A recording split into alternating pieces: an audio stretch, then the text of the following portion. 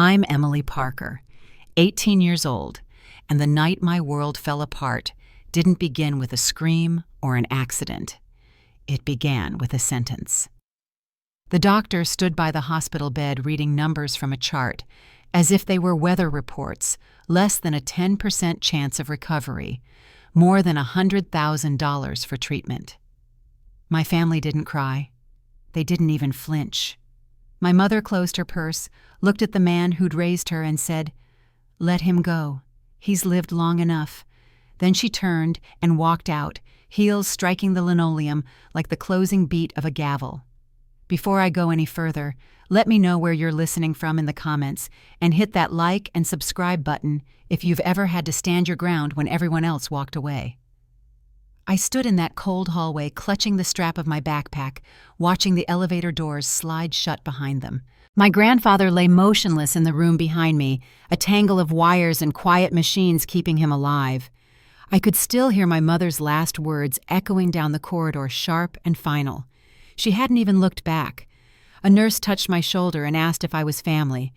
I said yes, though in that moment it didn't feel like I had one anymore. Growing up, Grandpa Walter was the steady heartbeat in a house that rarely felt like home. While Mom and Uncle Ray argued about property and money, he fixed engines in our garage, humming old country songs beneath his breath. He'd hand me a screwdriver and say, "You don't quit on what you can fix." That was his rule for everything: broken lamps, scraped knees, even people. But as I got older, I realized not everyone lived by that code. My mother believed in image, not effort. If something cracked, she threw it out and bought something new. And when my grandfather's health failed, she treated him the same way. We weren't wealthy, but they lived like they were. Mom worked as a real estate agent, chasing commissions she spent faster than she earned. Uncle Ray sold used cars and told anyone who'd listen that he was in sales management.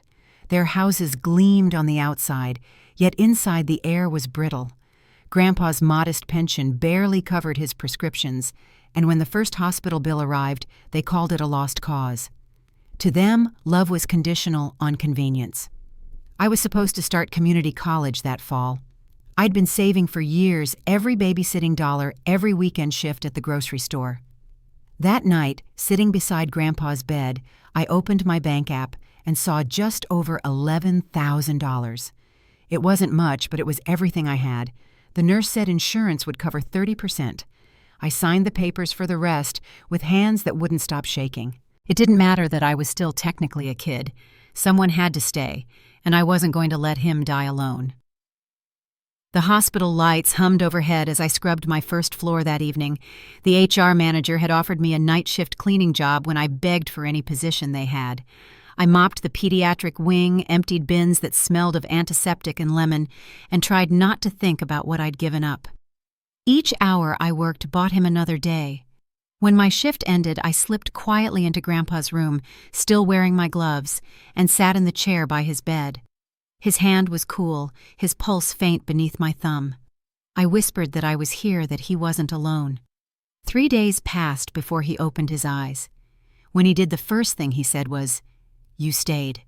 His voice was barely a breath, but it felt stronger than any promise I'd ever heard. I smiled through tears and told him I wasn't going anywhere. From that night on, I spent every hour I could beside him. The monitors beeped softly. The world outside. The window moved on, and I began to understand what loyalty really meant. Not the kind that's spoken, but the kind that's lived quietly, one small choice at a time. Our family never called to ask how he was doing. Not once. I stopped checking my phone after the first week. Each silence from them felt heavier than the last, but Grandpa's grip around my fingers reminded me why I stayed.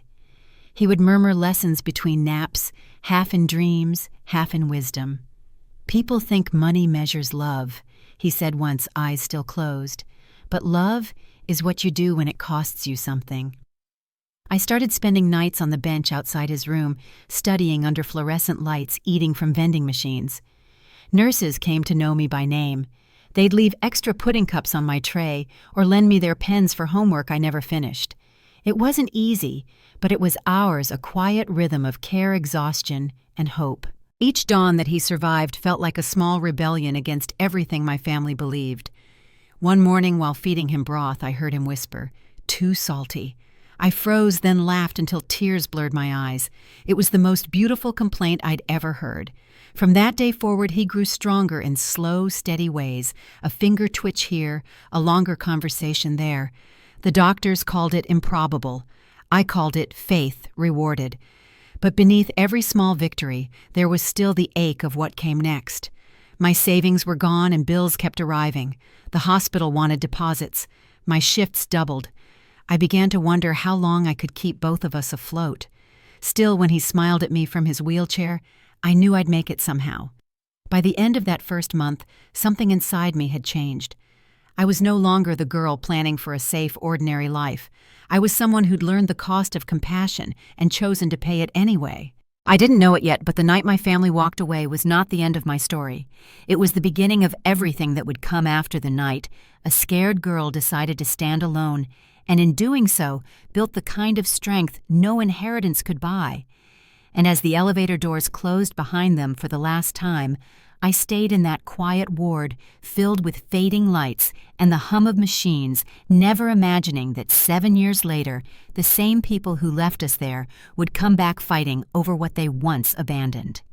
The first time I realized they truly meant to erase me was the day the family bank account closed. One morning, I went to buy groceries for Grandpa, just a few cans of soup and a loaf of bread, and my card declined. I called the bank thinking it was a mistake, but the teller said the joint account had been transferred by my mother. No explanation, no warning, just gone. I stood there in the checkout line with people staring, heat crawling up my neck, as I handed the cashier back the items one by one. When I got back to the apartment that evening, Grandpa was sitting by the window tracing sunlight on the sill with his finger. He asked what was wrong. I told him I'd just made a budgeting error.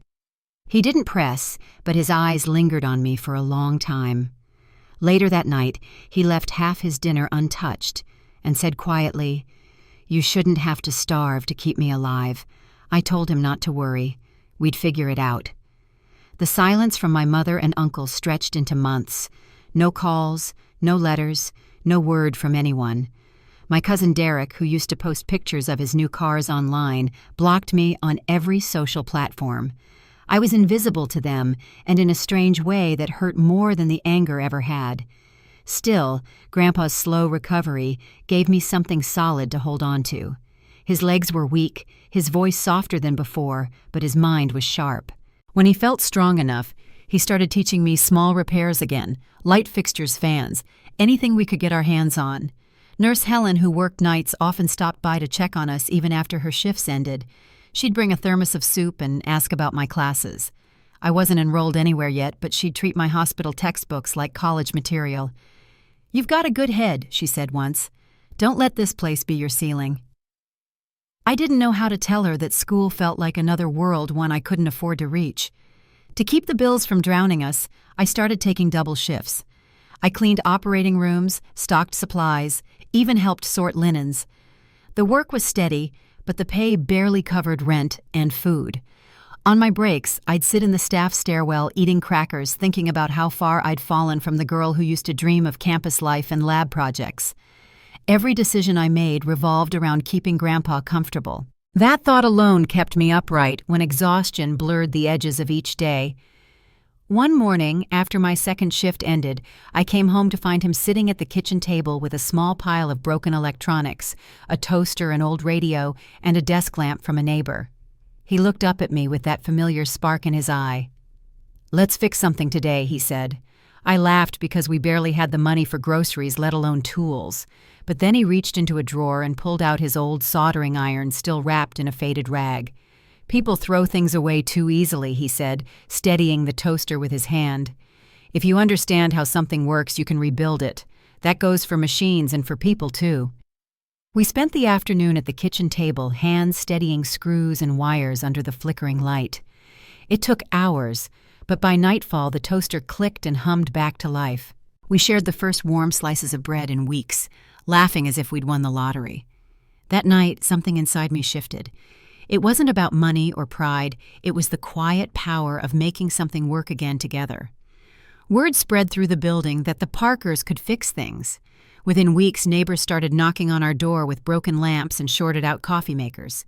Some paid in cash, others traded groceries or handmade meals. Grandpa said we'd make it official, so he labeled an old shoebox repair fund and tucked it in the kitchen cabinet. Every dollar we earned went in there. It wasn't much, but it kept the lights on and the fridge stocked. At night, after our last repair, I'd study my GED prep books while Grandpa read beside me. The heater rattled in the corner, and the smell of solder hung in the air. I could hear him breathing evenly content, and for the first time in years, our home felt alive again. I learned more from him in those evenings than any classroom could have taught patience, precision, the discipline of finishing what you start. One night, while I was reattaching a switch on the microwave, Grandpa watched quietly from his chair. When I finally got it working, he smiled and said, "You know you've got the mind of an engineer." I shook my head, saying I was just trying not to burn the soup, but that compliment rooted deep inside me. No one had ever said something like that before, not about my mind, not about my potential. I carried his words like a secret blueprint. Bills piled up, but so did my determination. I took on more repair requests, sometimes staying up past midnight to finish orders. Nurse Helen found out about it and asked if I'd be willing to fix her broken coffee maker. When I returned it to her a few days later, she pressed an envelope into my hand. Inside was a small cash bonus and a pamphlet for a local community STEM program for women. "You should apply," she said. "They help with tuition, and you already do half the work they teach." I kept the pamphlet folded in my notebook for weeks before I found the courage to fill it out. The day I mailed the application, I didn't tell Grandpa. I didn't want to hope for something that might never happen.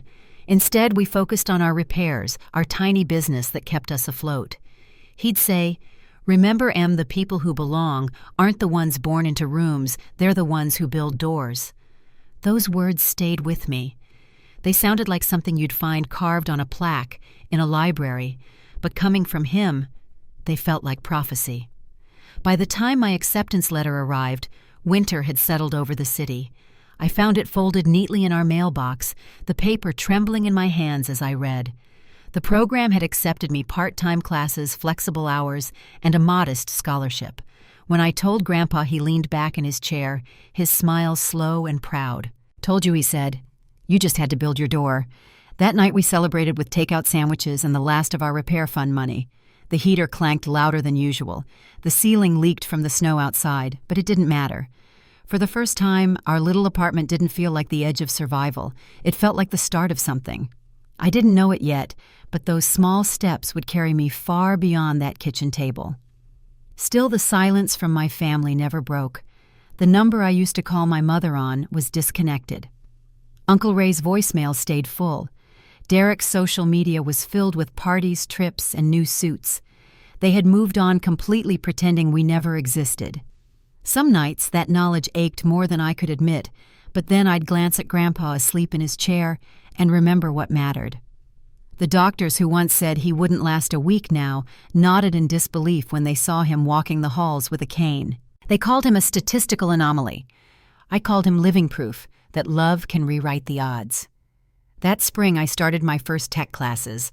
By day, I worked double shifts. By night, I learned circuits and coding.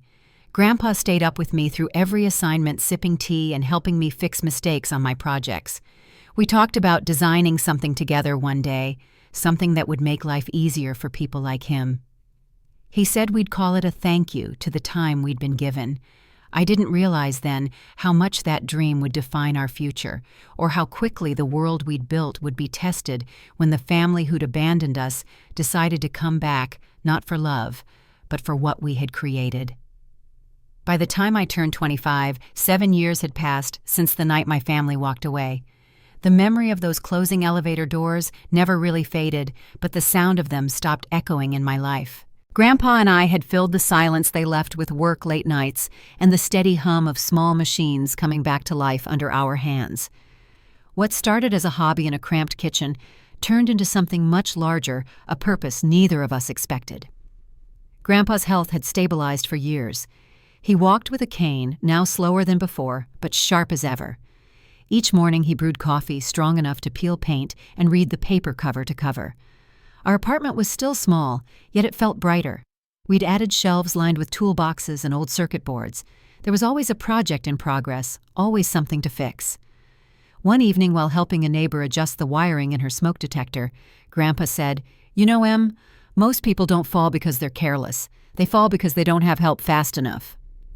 His words lingered long after the job was done. Later that night, sitting at our work table, I wrote the first sketch for what would become Safe Step, a simple, affordable fall sensor for seniors. It wasn't about profit or proving anything. It was about building something that would have helped him when he was sick, something that could help others stay safe at home. When I brought the early idea to my program director, Dr. Patel, she studied the drawings for a long moment. "You built this yourself?" she asked. I nodded. "It's rough," I admitted. She smiled. "So was every good idea at the start. Keep refining it. Don't be afraid to let it grow." That encouragement changed everything. Grandpa and I spent months testing materials and circuits. He volunteered as our first test subject, laughing every time I made him fake a stumble across the living room rug. "You're getting your exercise," I'd tease. "Just making sure it's realistic," he'd say, pretending to lose balance again. We built prototype after prototype until the alerts worked within seconds of a fall. It wasn't perfect, but it was functional and affordable. When we finally presented it to a local clinic, the director was so impressed that she offered a small grant to develop a few more units. That grant became 2, then 3. Within a year, we'd registered as a small business under the name Safe Step Solutions, LLC. I was still working part-time at the hospital and studying, but each night I came home to new orders, messages from caregivers, and requests for collaborations. Grandpa kept every letter neatly folded in a shoebox. He said they were proof that what we were doing mattered. We didn't have much, but what we had felt solid. 2 interns joined us through Dr. Patel's program, Young Women who believed in the mission enough to work for almost nothing but experience and hope. We set up our workspace in the garage behind our apartment building, cleared of old furniture and repurposed with folding tables. When the city inspector stopped by one afternoon, expecting to see chaos, he looked around and said, "I've seen worse labs at big firms." We took that as the highest compliment. The local paper caught wind of our story after one of the interns mentioned it at a conference. A journalist came by, took photos of our workshop, and ran a feature titled, "From Hospital Janitor to CEO, the Woman Who Built Safety from Scratch." I didn't think much of it at first, but within days, emails poured in from nursing homes and care centers. The orders multiplied faster than we could fill them. Grandpa framed the newspaper clipping and hung it above his workbench, right next to his old wrench set. I never sent that article to my mother or uncle. I didn't need to. Word travels quickly when it's about success, and I knew it would reach them without my help. Still, part of me wondered what they thought when they saw my name in print, if they recognized the girl they left behind, or if they told themselves it was luck. I didn't dwell on it. There was too much to do, and Grandpa's health, though steady, required careful attention. As Safe Step grew, we moved operations into a small office building downtown. Our team expanded to 5 employees and 2 interns. Grandpa became our official advisor. He'd visit a few days a week, sit near the testing station, and offer quiet suggestions while sipping his coffee. "You'll need sturdier casings," he'd say. "Falls aren't gentle." I always listened. He was rarely wrong. Dr. Patel stopped by once to see our progress. She walked through the workshop, smiling at the shelves of prototypes and the team working around them. "You built this from nothing," she said softly. "You should be proud." I thanked her, but when I looked over at Grandpa, I knew where the pride truly belonged. The years that followed moved quickly. By our 6th year, Safe Step had contracts with several elder care facilities across the state. Our devices were protecting tens of thousands of seniors. The company name began to mean something, not just in business circles, but in the community.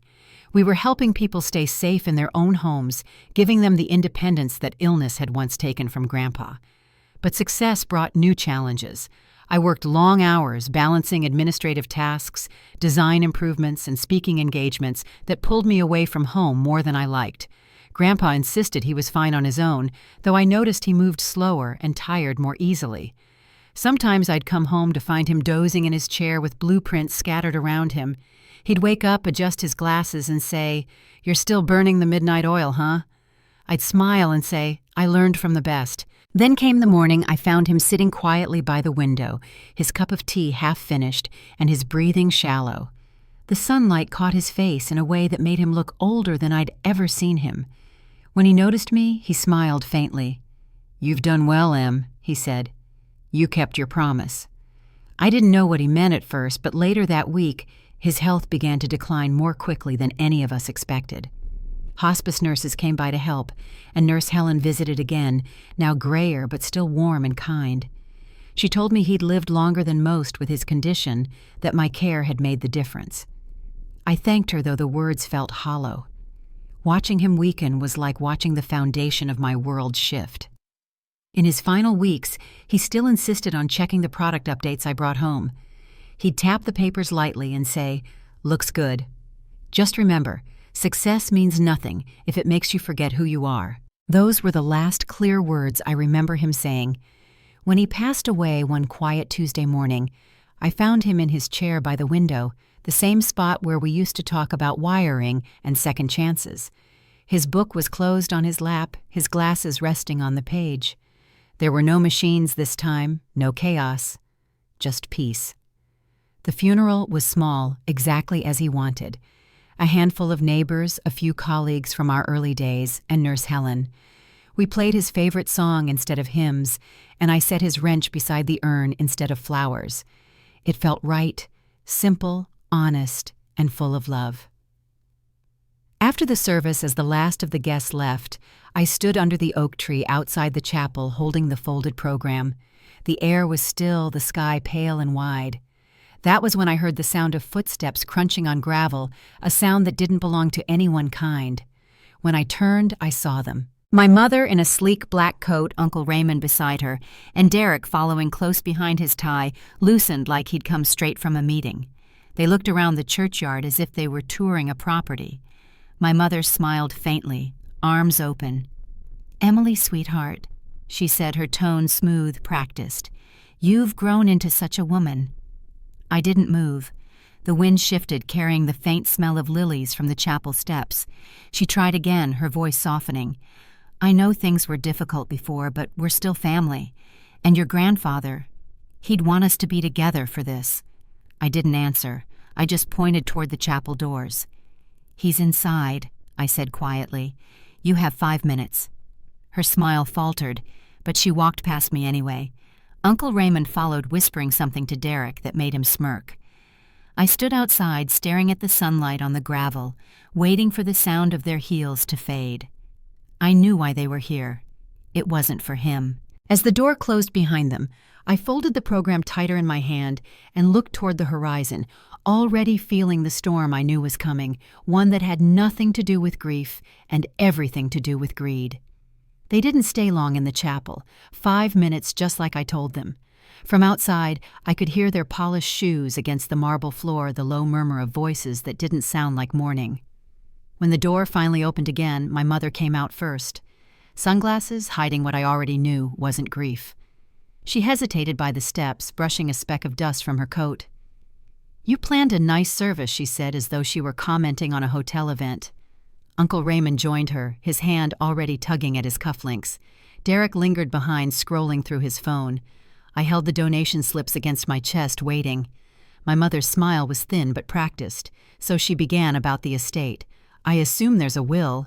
Your grandfather wasn't the type to leave things unsettled." Her tone was casual, but every word was measured.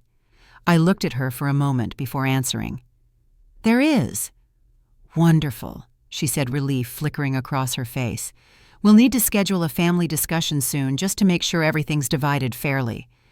Something in me went still.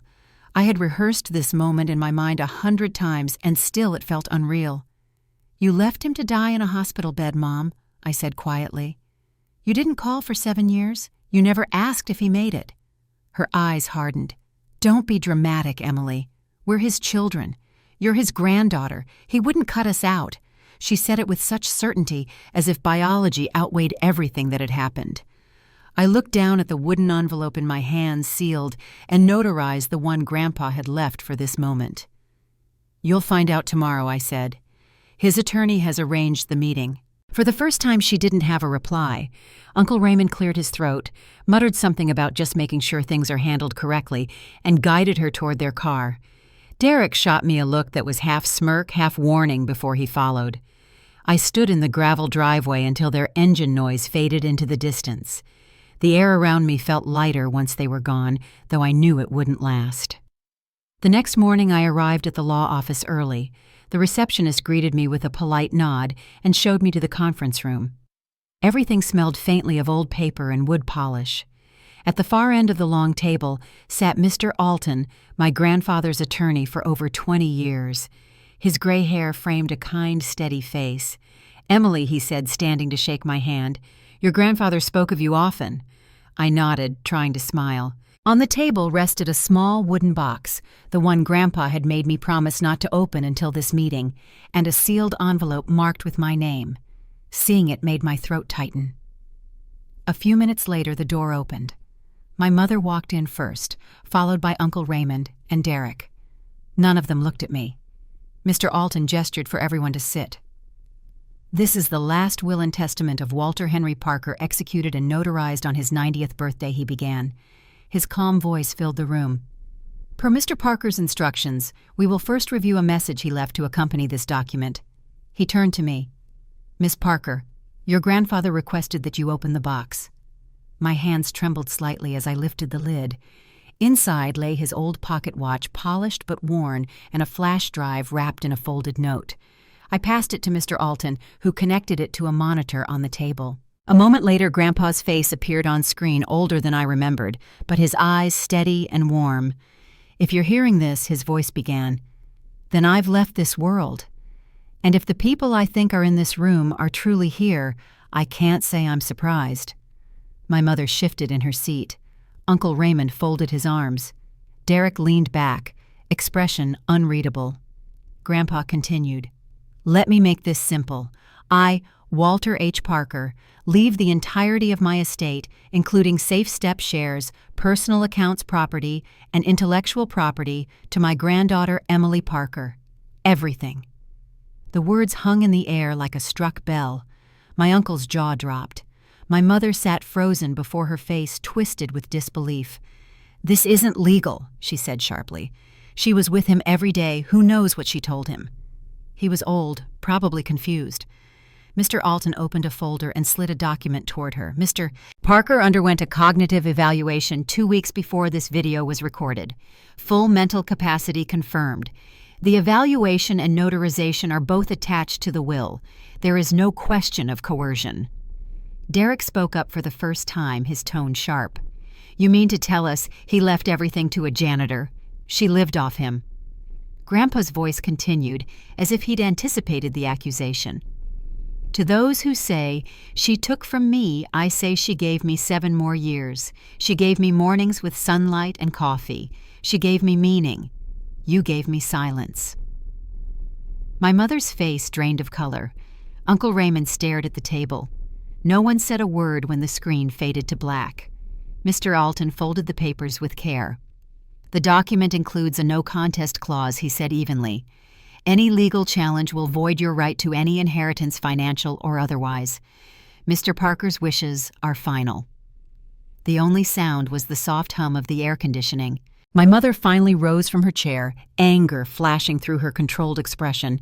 "You'll regret this, Emily," she hissed. "You've turned this family against itself." I stayed seated. "You did that years ago," I said quietly. "I just kept my promise." Uncle Raymond's voice shook. "We'll take this to court. You can't erase us." Mr. Alton sighed, pushing his glasses up the bridge of his nose. "You're welcome to try, but I would advise against it. Mr. Parker's records are meticulous.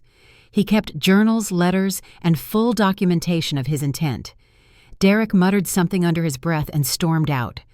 My mother followed her heels, striking the floor in sharp, uneven beats. Uncle Raymond hesitated, then looked back at me. "He was our father," he said. "You'll understand one day." I met his gaze. "I already do." When the door closed, the room fell silent again. Mr. Alton handed me the folded note from the box. "He wanted you to have this privately." I opened it. 3 words written in his firm, careful handwriting. "You stayed. Always." I held the note until the ink smudged faintly against my thumb. There was nothing left to say. Outside, the air felt heavy and bright. They were waiting by the curb, my mother pacing beside her car. When she saw me, she straightened, voice low and venomous. "You think this makes you better than us? You manipulated an old man to get his money." I looked at her calm now, the fear long gone. "You left him," I said. "You left both of us." Uncle Raymond stepped forward, his voice tightening. "We were his children. That doesn't change." "No," I said softly. "But what you did does." Derek pulled his phone from his pocket. "We'll go to the press," he snapped. "We'll tell everyone she took advantage of him. See how that feels when it hits the news." I met his eyes. "Go ahead," I said, "but I'll release everything, his testimony, his medical evaluations, every letter he wrote about what happened when you walked away. Let the world see who really abandoned him." No one spoke. The anger in my mother's face began to falter, replaced by something she couldn't hide: fear. I reached into my bag and handed her one last envelope. "He wrote this for you," I said. She hesitated before opening it. Inside was a single sheet of paper. In his strong, unmistakable handwriting were 3 words: "You walked away." Her hand trembled. For a moment she seemed smaller, older. The note fluttered in the wind before she crumpled it tightly in her fist. She didn't speak again. I turned toward the sidewalk, the sunlight warm against my face. "You lost the inheritance," I said, not turning back. "But you lost him long before that." They stood there in silence as I walked away. For the first time in my life, I didn't feel small beneath their gaze. I felt free. Behind me, the city noise picked up again, the rhythm of a world that didn't know or care about the quiet battle that had just ended. I didn't look back. Ahead of me was work still to do, the legacy of the man who'd believed in me when no one else would. And though I didn't know what came next, I knew this much: I was finally standing on my own ground, and I wasn't walking away. I didn't expect silence to be so loud. After the confrontation outside Mr. Alton's office, my mother and uncle didn't reach out again, but they didn't disappear either. They lingered on the edges of my life, like a shadow you only see when the light shifts. Some days, I'd catch a glimpse of a familiar car parked across from the office, or an unknown number would call twice and hang up. I told myself it was paranoia, that once they realized there was nothing to gain, they'd move on. I was wrong. 2 weeks after the will reading, an email arrived from a journalist. The subject line read, "Statement requested regarding Parker family inheritance dispute." My chest tightened. The message mentioned an anonymous source claiming that my grandfather had been manipulated in his final months, that I had isolated him and seized control of the company. Attached was a draft of the article. My name was right there in the headline. I called Mr. Alton immediately. He listened quietly, then said, "They're bluffing. Don't respond directly. We'll handle it." His calm steadied me, but that night I couldn't sleep. The idea of strangers deciding what kind of person I was made my skin crawl. I'd spent years building SafeStep on trust and community. A single rumor could unravel everything. The next morning I arrived at the office early. The air felt heavy, the kind that warns of rain even when the sky's clear. My assistant Rachel met me at the door with her phone in hand. "You should see this," she said.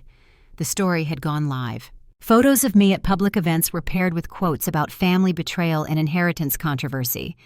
My mother's name wasn't mentioned, but the details made it obvious who the anonymous source was. By noon, our company email inbox was flooded. Some messages offered support, others were vicious. I could see my team glancing between their screens and me unsure what to say. I gathered them in the break room. "We focus on the work," I told them. "That's how we answer this." My voice sounded steadier than I felt.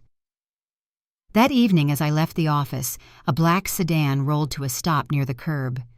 My uncle stepped out. "We just want to talk," he said. I didn't answer. "You could have made this easy, Emily. A small portion for the family, that's all. This doesn't have to get uglier." I kept walking. His voice followed, low and sharp. "Don't make us prove you're not who people think you are." The threat was clear. I filed a report with the local police the next day. That's when Detective Harris entered the picture, calm, polite, and all business. He asked for copies of the article. The calls, the emails. These things start with words he said, but sometimes they end differently. We'll keep an eye on it. His presence was reassuring, though I hoped it wouldn't come to more. A week later, SafeStep's PR consultant arranged a local interview to counter the rumors. I didn't want to do it, but the team insisted. We filmed it in the workshop surrounded by the prototypes Grandpa and I had built together. The reporter asked about my beginnings cleaning hospital floors, using my savings for his care, the nights we spent soldering parts at the kitchen table. When it aired, the story shifted. Viewers saw the truth, and the noise online began to fade. But family silence rarely means surrender. Late one night as I was closing up the office, I heard footsteps in the hallway. The cleaning crew had gone home hours earlier. My pulse quickened. I opened the door slowly and found Derek standing by the elevator, his expression tense. "You think you won," he said, voice low. "This isn't over." He didn't move closer, but the anger in his face was raw. "You turned him against us.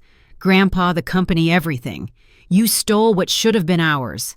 I met his eyes. He made his own choice. "You just didn't like it." He took a step forward, then stopped. "You'll regret this," he said, and left. The sound of the elevator doors closing echoed through the empty hall like a warning. The next morning I arrived to find our front window cracked, a thin line running through the glass like a scar. Nothing was stolen. No note, no sign of forced entry. Just the message, silent but clear. Detective Harris took photos, then looked at me carefully. "It's intimidation," he said. "They're trying to shake you. Don't give them what they want." I didn't. I threw myself into work finishing a new version of the SafeStep sensor designed for home caregivers. Each late night at the office felt like a conversation with Grandpa, his voice in my memory reminding me to fix what's broken and keep moving. The pressure was heavy, but so was the sense of purpose. Weeks passed before I heard from them again.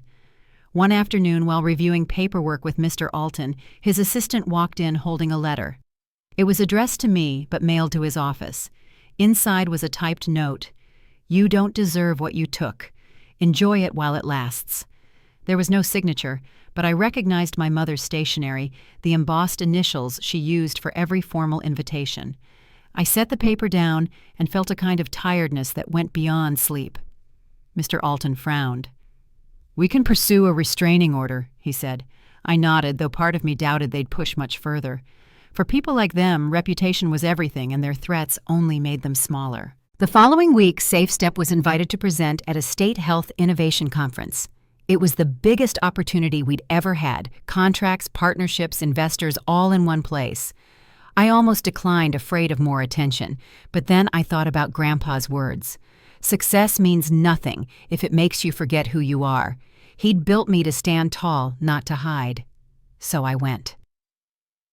The conference was held in a downtown hotel ballroom, bright with cameras and banners. When I took the stage, I looked out at the crowd and thought about the path that brought me there, the janitor's badge I used to wear the hospital corridors that once smelled like fear and bleach, the man who'd believed in me when no one else did. My voice didn't shake as I spoke. I told them about SafeStep's mission, about dignity and care, about how love can outlast loss. When I finished, the room rose in applause. Afterward, as I packed up the display, I caught sight of a familiar figure in the crowd, near the exit, my mother. She was watching quietly, her expression unreadable. For a long moment, neither of us moved. Then she turned and left without a word. I drove home in silence, the city lights blurring past. It struck me that maybe for the first time she had seen who I'd become, not through gossip or resentment, but with her own eyes. It didn't erase the years or the hurt, but it closed something inside me I hadn't realized was still open. That night, I wound Grandpa's pocket watch just as I always did at 7. The ticking filled the room like a heartbeat. I thought of everything he'd given me, not money or property, but a compass, a way to keep steady when others lost their way. The threats eventually stopped. The calls went quiet, and in the stillness that followed, I felt something I hadn't in years, peace.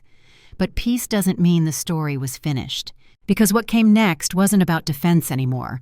It was about building something bigger than either of us had dreamed, something that would carry his name and the lessons he left behind into every home that needed them. After the conference, the weeks that followed felt strangely quiet. The tension that had shadowed me for months slowly gave way to something unfamiliar calm. The article about the inheritance faded from headlines, replaced by stories of innovation and community outreach.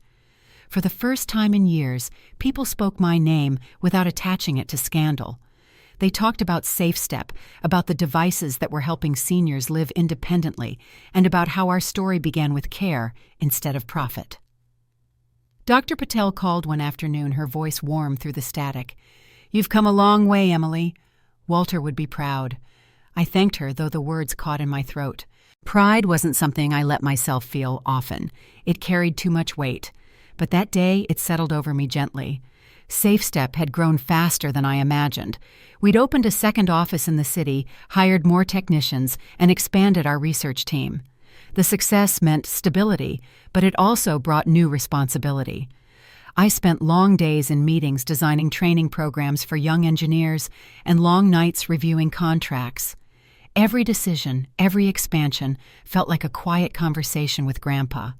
I still wound his pocket watch at 7 each morning before leaving for work, letting the steady tick remind me that time, like progress, never stops moving forward. It was during one of those busy months that we met Maya Thompson. She was a 19-year-old community college student who'd applied for an internship we'd posted online. When she walked into the office for the interview, she looked nervous but determined, clutching a folder filled with sketches and handwritten notes. "I don't have much experience," she said quickly, "but I can learn anything if someone shows me how." Her honesty disarmed me. I saw something of myself in her, young, unsure, but already carrying the kind of drive that can't be taught. I asked her about her interest in engineering, and she told me about her grandmother who'd fallen twice in the past year because she couldn't afford home monitoring devices. "I want to make things that help people like her," she said. That was all I needed to hear. Maya started the following week.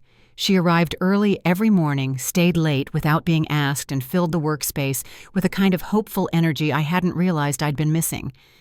She reminded everyone why we did what we did. Sometimes I'd find her studying old blueprints that Grandpa and I had drawn years ago, tracing the lines with her finger, as if they were maps to a hidden treasure. One evening, as we packed up for the night, she lingered by the prototype table. "Ms. Parker," she said softly, "can I ask you something? Why do you still work here every day? You could have retired already." I smiled at the question. "Because this isn't about money," I said.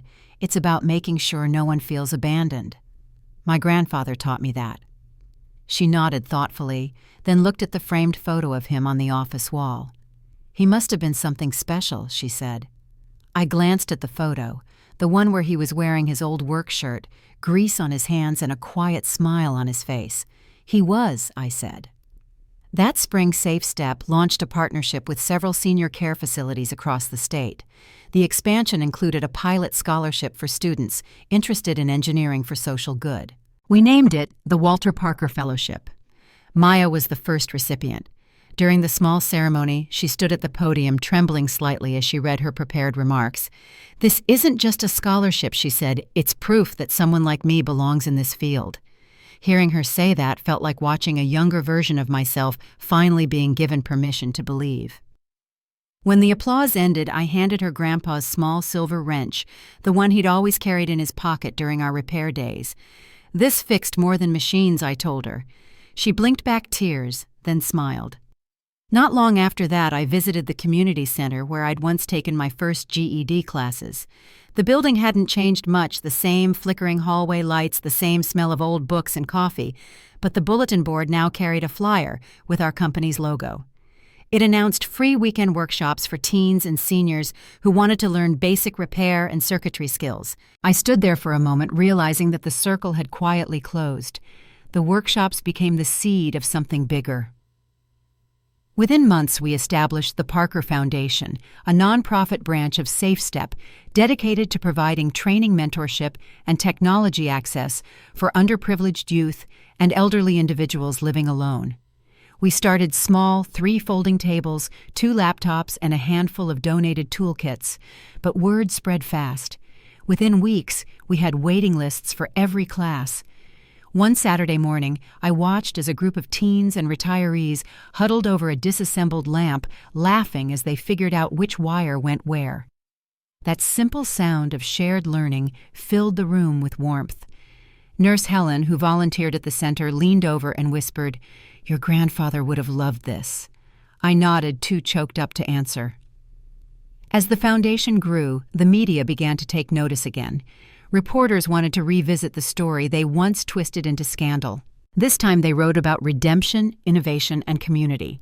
They called Safe Step a company built from care and the foundation a bridge between generations. Reading those headlines didn't bring pride, it brought peace.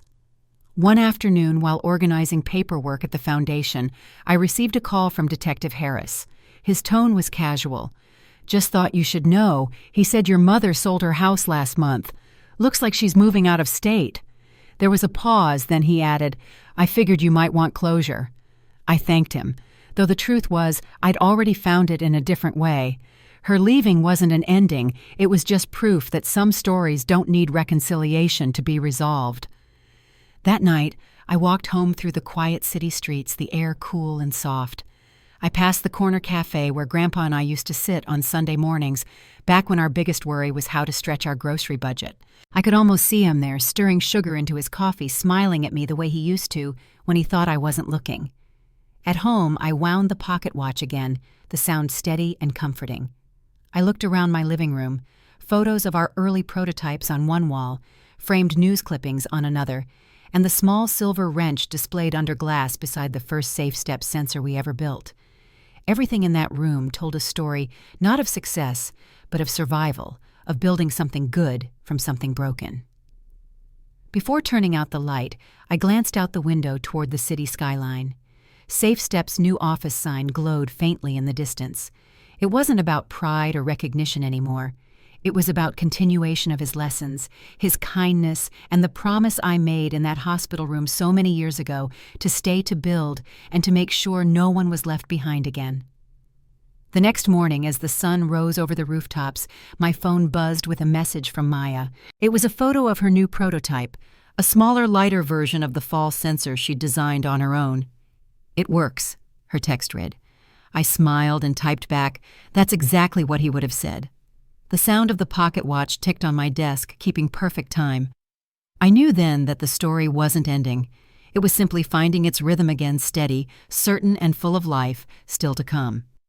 It happened on an ordinary Tuesday morning, one of those slow gray days that seemed to stretch on forever.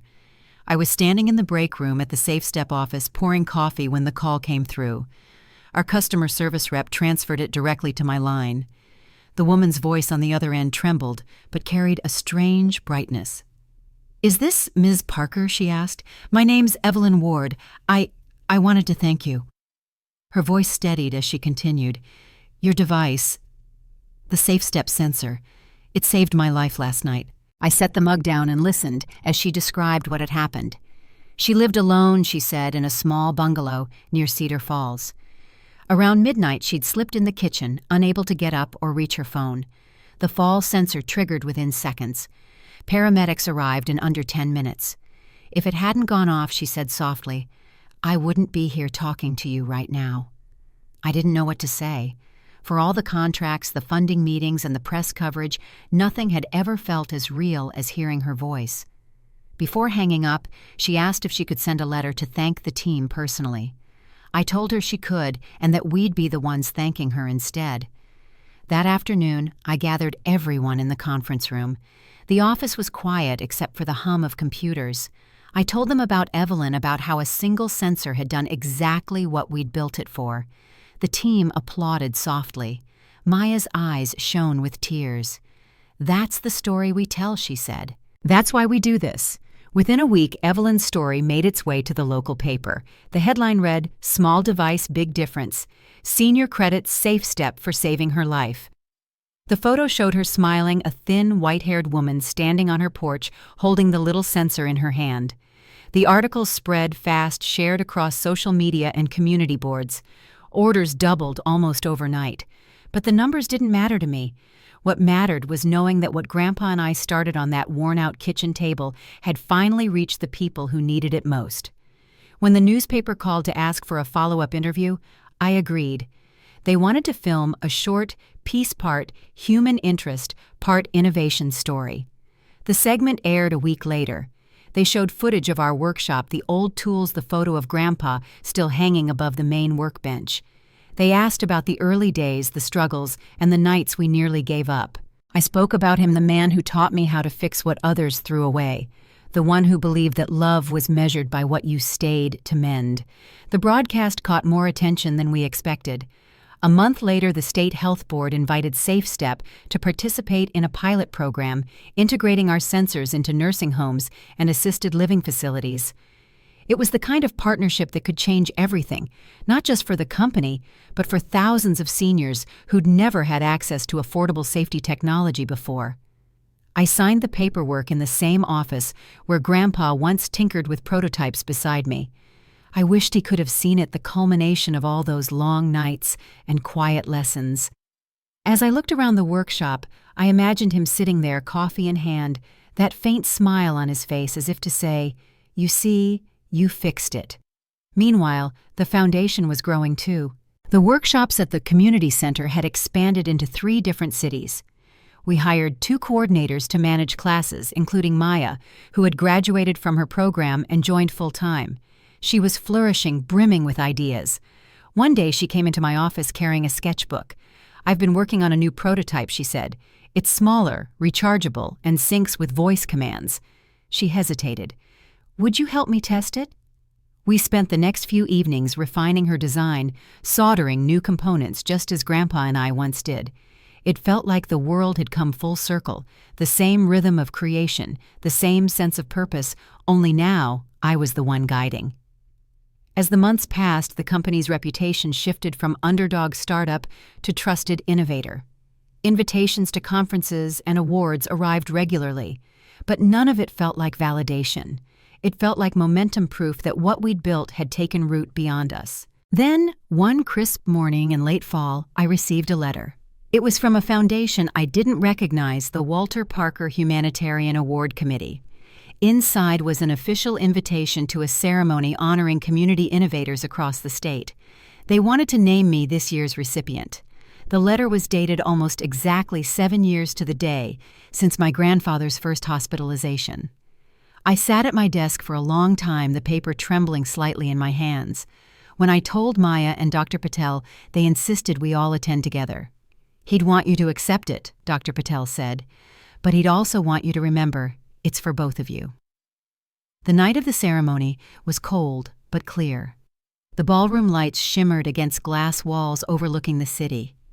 As I stepped onto the stage, I felt that same quiet strength that had carried me through every trial. The host read a short introduction about our company's origins, then handed me the plaque.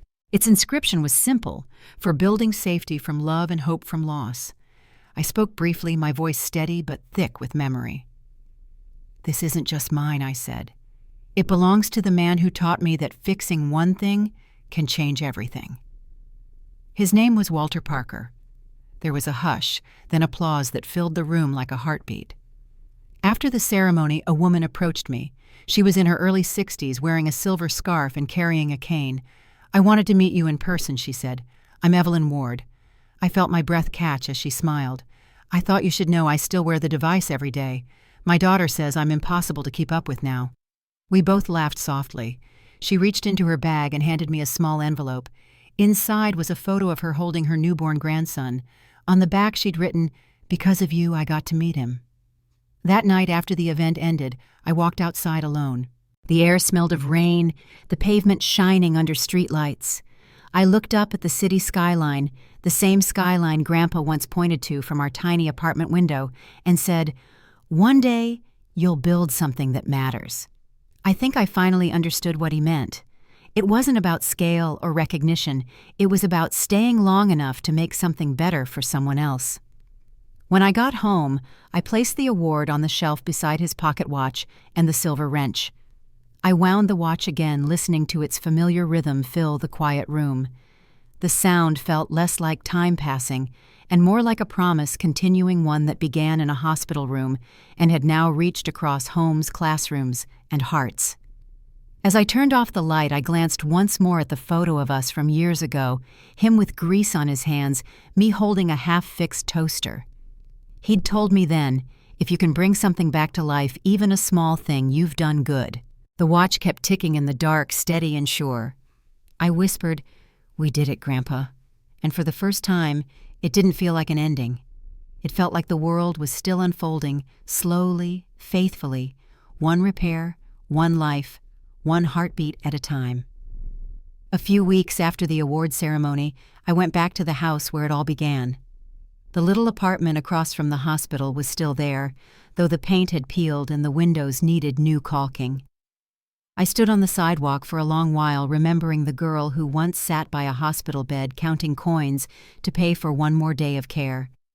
The air smelled the same, clean and sharp, like rain on metal, and for a moment I could almost hear Grandpa's voice coming from the open window above, telling me not to forget where I came from.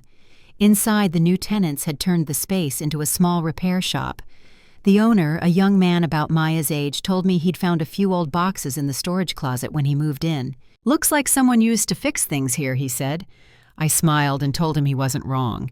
He handed me one of the boxes. Inside were a few of Grandpa's old tools and a folded blueprint labeled in his handwriting, "Safe Step Prototype Version 1." I traced the faded pencil lines with my fingers, feeling that same warmth I used to feel sitting beside him under the flickering kitchen light. Later that afternoon, I drove to the community center. The place was full rows of folding tables, students hunched over wires and circuit boards. Maya stood at the front of the room explaining a new design to a group of high schoolers.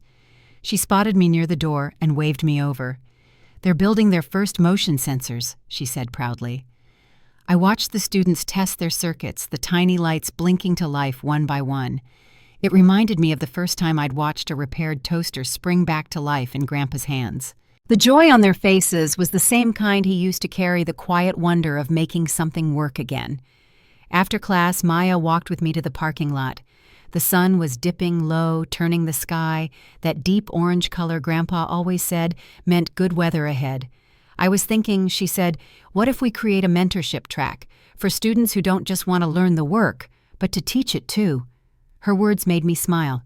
"That's exactly what he would have wanted," I said. She grinned. "Then it's settled. We'll start next month." On the drive home, I passed by the old hardware store where Grandpa used to buy his supplies. The sign was faded, the windows covered with dust, but I remembered how he'd always linger by the shelves comparing screws like he was choosing gemstones. He'd taught me that attention was its own kind of love, that when you care enough to notice the small things, the big ones start to make sense too. When I got home, I made a cup of tea and sat by the window. The city lights blinked in the distance, the same skyline I'd looked at so many years ago when I thought the world was too big to face alone. On the shelf beside me sat the plaque, the silver wrench, and the pocket watch still ticking softly. Every piece told a story, not of inheritance or revenge, but of repair, of learning that justice doesn't always arrive in a courtroom. Sometimes it comes quietly through the lives you touch and the love you keep alive. I thought about my mother for a long time that night. I didn't feel anger anymore, only a distant sadness for what she'd lost by choosing pride over people. I hoped she'd found peace wherever she was. Grandpa once told me that forgiveness doesn't mean forgetting. It means remembering without letting it hurt. I think I finally understood what he meant. Before bed, I opened the window to let in the cool night air. The sounds of the city faded into the steady rhythm of the watch. I picked it up, wound it once, and whispered, "We kept your promise, Grandpa. We stayed. We built. And it's still working." That small click of the winding gear echoed through the room like a heartbeat. If you've ever carried someone's lesson with you, something they left behind that still guides your hands or steadies your heart, hold on to it. Share it. Let it grow. Because love like that never fades. It only changes shape. And if this story reminded you of someone who stayed when no one else would share it with them, tell them they mattered. Because sometimes that simple truth can be the repair that lasts a lifetime.